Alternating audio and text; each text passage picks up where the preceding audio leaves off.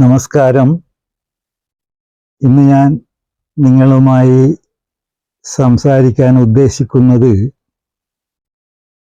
ഉത്രാടം അല്ലെങ്കിൽ ഉത്തര ആഷാഢം എന്ന നക്ഷത്രത്തെക്കുറിച്ചാണ്. ഇത്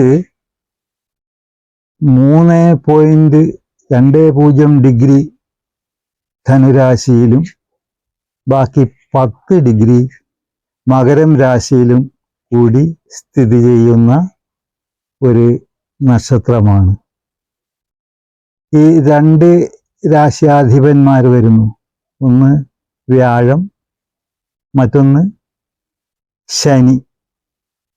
സ്വല്പം കോൺട്രാഡിക്ഷൻസ് ഈ സ്വഭാവങ്ങളിൽ കാണാൻ പറ്റും. കാരണം ഒന്ന് ഫാസ്റ്റായിട്ടുള്ള ഒരു ഗ്രഹമാണ് വ്യാഴം, ഓപ്പോസിറ്റാണ് ശനി, സ്ലോ ആണ്.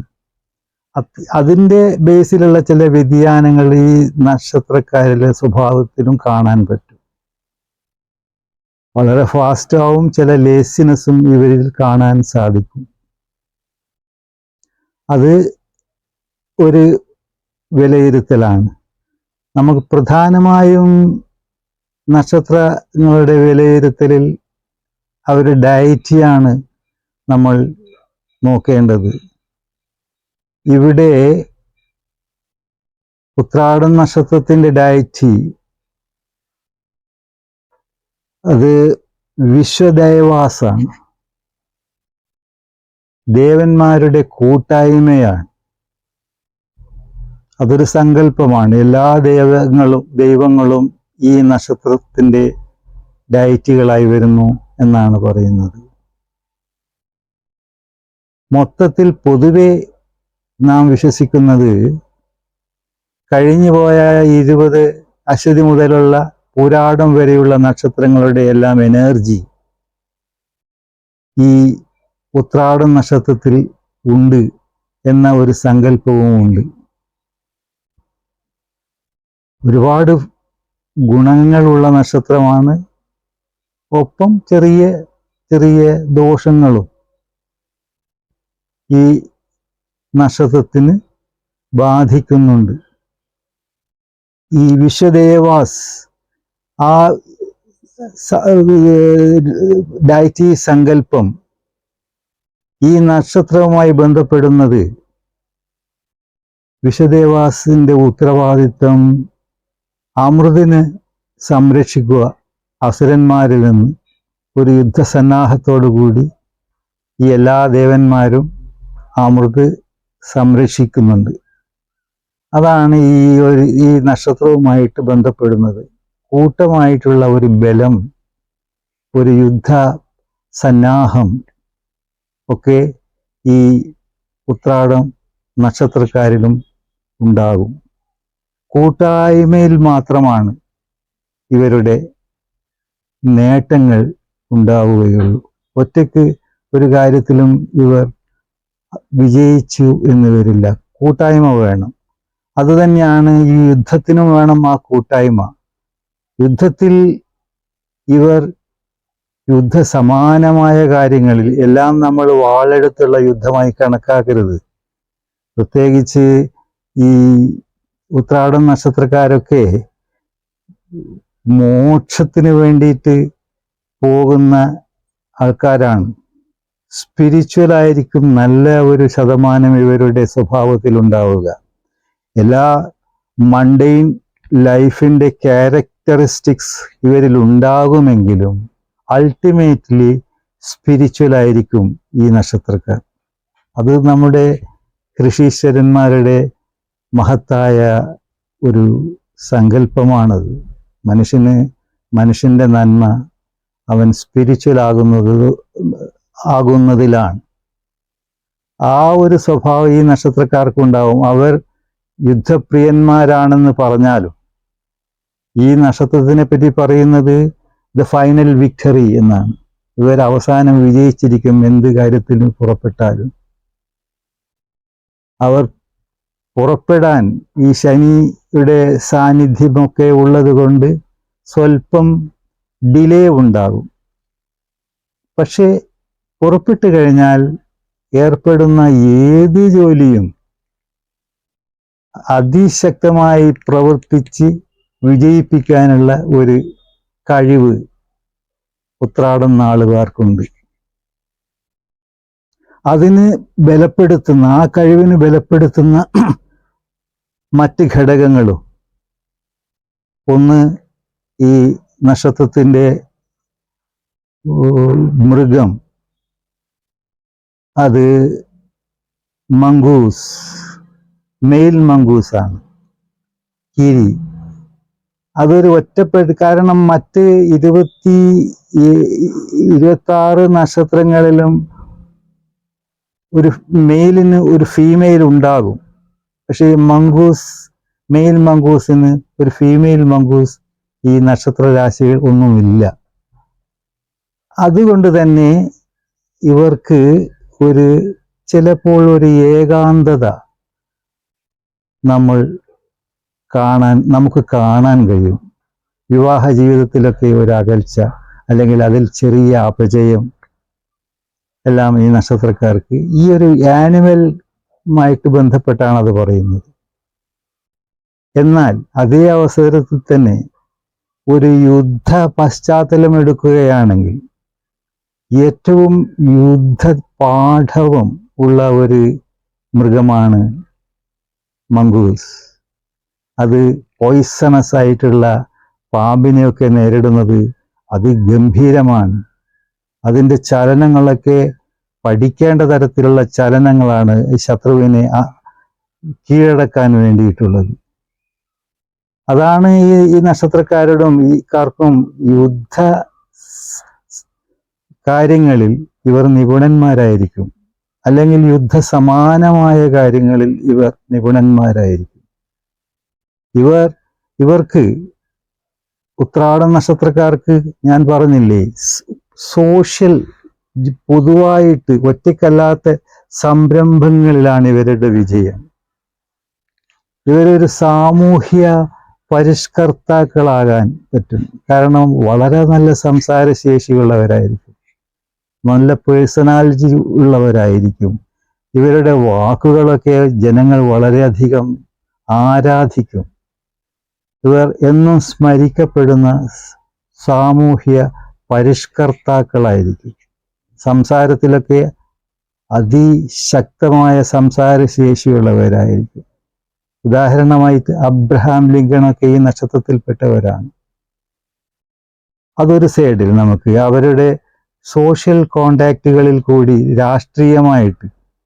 രാഷ്ട്രീയത്തിലെല്ലാം നേതൃനിരയിലേക്ക് എത്തും. കാരണം സൂര്യനാണല്ലോ ഈ നക്ഷത്രത്തിൻ്റെ അധീപൻ. അപ്പോൾ അവിടെ എല്ലാറ്റിലും ഒരു നേതൃസ്ഥാനം ഇവരാഗ്രഹിക്കും. അത് അവർക്ക് കിട്ടുകയും ചെയ്യും. അത് അവരുടെ ജന്മഭാഗ്യമാണ് ഉത്രാട നക്ഷത്രത്തിൻ്റെ. പിന്നെ ഈ നക്ഷത്രത്തിൻ്റെ മറ്റൊരു പ്രധാനപ്പെട്ട എലിമെന്റ്, അല്ലെങ്കിൽ ഒരു ദൈവം ഗണപതിയാണ്. ആനയുമായി ബന്ധപ്പെട്ടതാണത്. കാരണം ഈ നക്ഷത്രത്തിൻ്റെ ചിഹ്നം അത് ആനക്കൊമ്പാണ്. അതുകൊണ്ട് തന്നെ ആനയും ദൈവം ഗണപതിയുമായിട്ടും ഈ നക്ഷത്രക്കാർക്ക് ബന്ധമുണ്ട്. വേദവ്യാസന് ഭാരതത്തിൻ്റെ കഥ എഴുതാൻ ഗണപതിയാണ് സഹായിക്കുന്നത്. എഴുതാൻ ഉപയോഗിക്കുന്നത് സ്വന്തം ഒരു കൊമ്പ് മുറിച്ച് അതുകൊണ്ടാണ് എഴുതുന്നത്. അതുകൊണ്ട് ഈ നക്ഷത്രക്കാർക്ക് എഴുത്തുമായിട്ട് നല്ല ബന്ധമുണ്ടാകും. ബുദ്ധിയും ഉണ്ടല്ലോ. അപ്പോൾ ഇവർ നല്ല എഴുത്തുകാരാകാം, നല്ല നോവലിസ്റ്റുകൾ, അല്ലെങ്കിൽ നല്ല ലേഖന പരമ്പരകൾ എഴുതുന്നവർ എല്ലാം ഈ നക്ഷത്രത്തിൽപ്പെട്ടവരായിരിക്കും. ഭൂരിഭാഗം ആൾക്കാരും ഈ നക്ഷത്രത്തിൽപ്പെട്ടവർ നല്ല എഴുത്തുകാരായിട്ട് നമുക്ക് കാണാൻ കഴിയും. ഒരു കൊമ്പ്, അതായത് ഒരു പല്ലാണത്. ആനയുടെ ഒരു കൊമ്പ് മുറിക്കുക എന്ന് പറഞ്ഞാൽ ഒരു പല്ലാണ് അവിടെ പോകുന്നത്.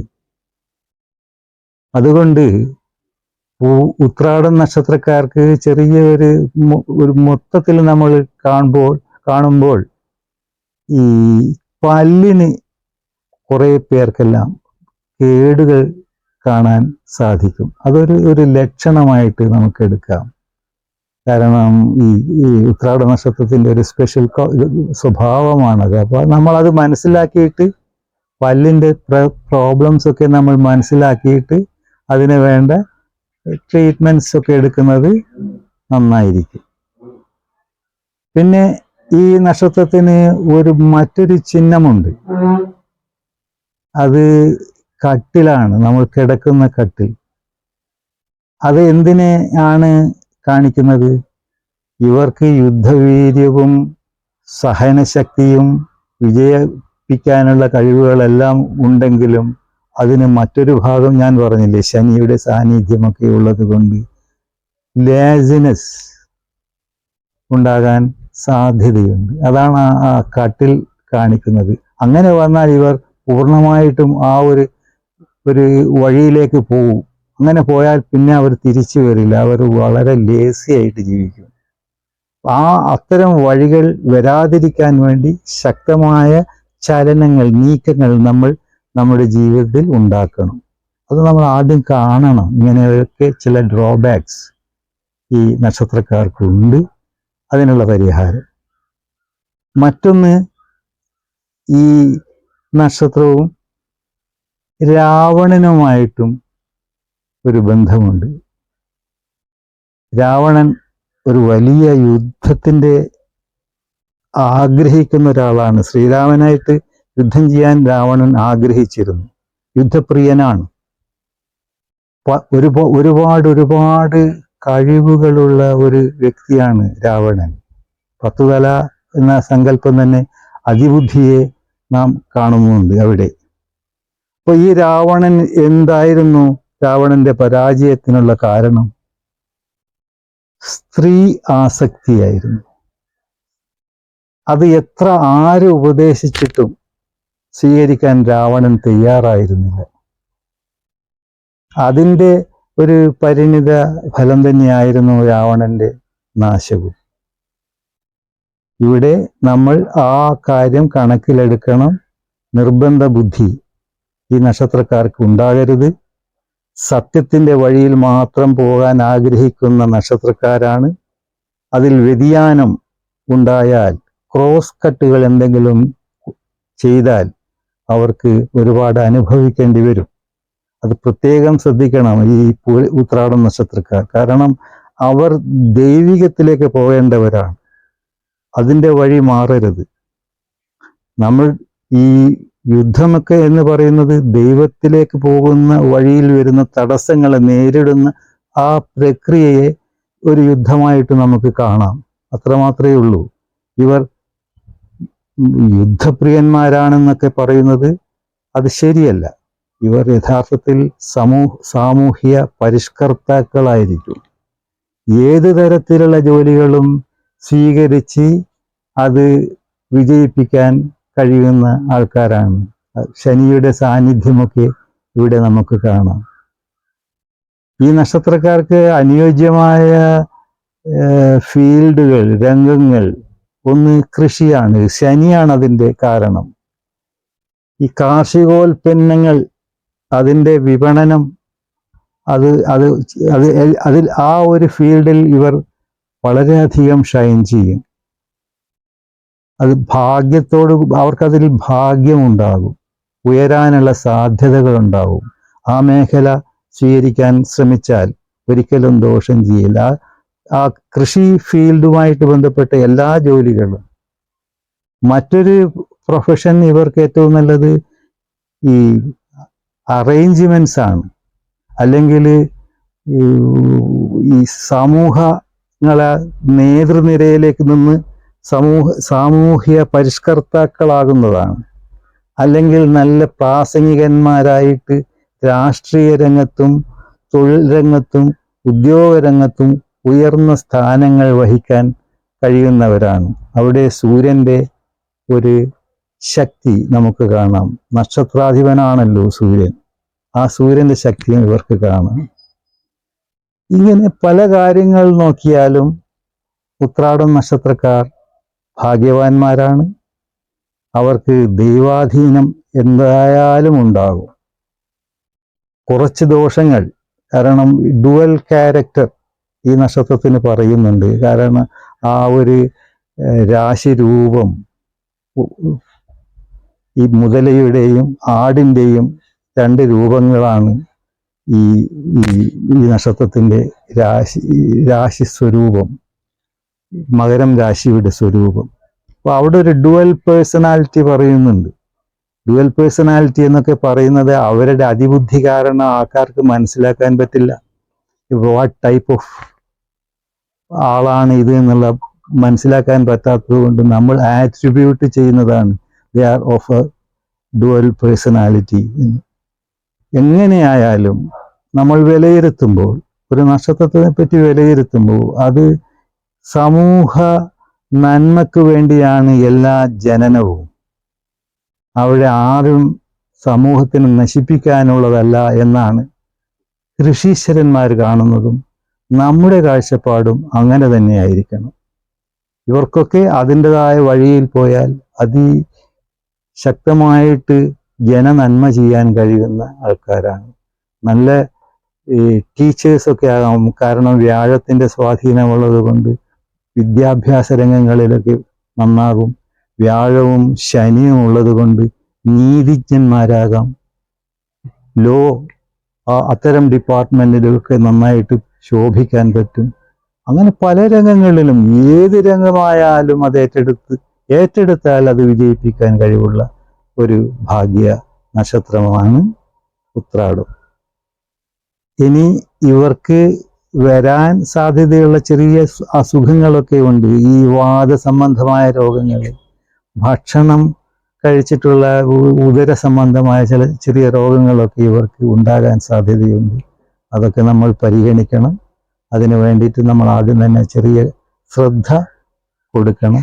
വിവാഹ ജീവിതത്തിലേക്ക് ഏർപ്പെടുമ്പോൾ അവിടെയും നമ്മൾ വളരെ ഗൗരവമായി എടുത്തിട്ട് അതിൽ വരാൻ സാധ്യതയുള്ള ദോഷങ്ങളെല്ലാം മുന്നിൽ കണ്ടുകൊണ്ട് തന്നെ വിവാഹ ബന്ധങ്ങളിലൊക്കെ ഏർപ്പെടണം. പിന്നെ ഞാൻ ഈ നക്ഷത്രക്കാർക്ക് കഴിവുള്ളൊരു നക്ഷത്രമായതുകൊണ്ട് ഇവർക്ക് ഇവരുടെ ജീവിതത്തിൽ കുറച്ച് ഒരു ഉപദേശം മാത്രം ഞാൻ തരുന്നു.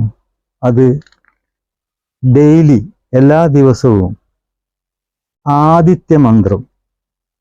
ഈ ആദിത്യമന്ത്രം വളരെ പ്രശസ്തമാണ്.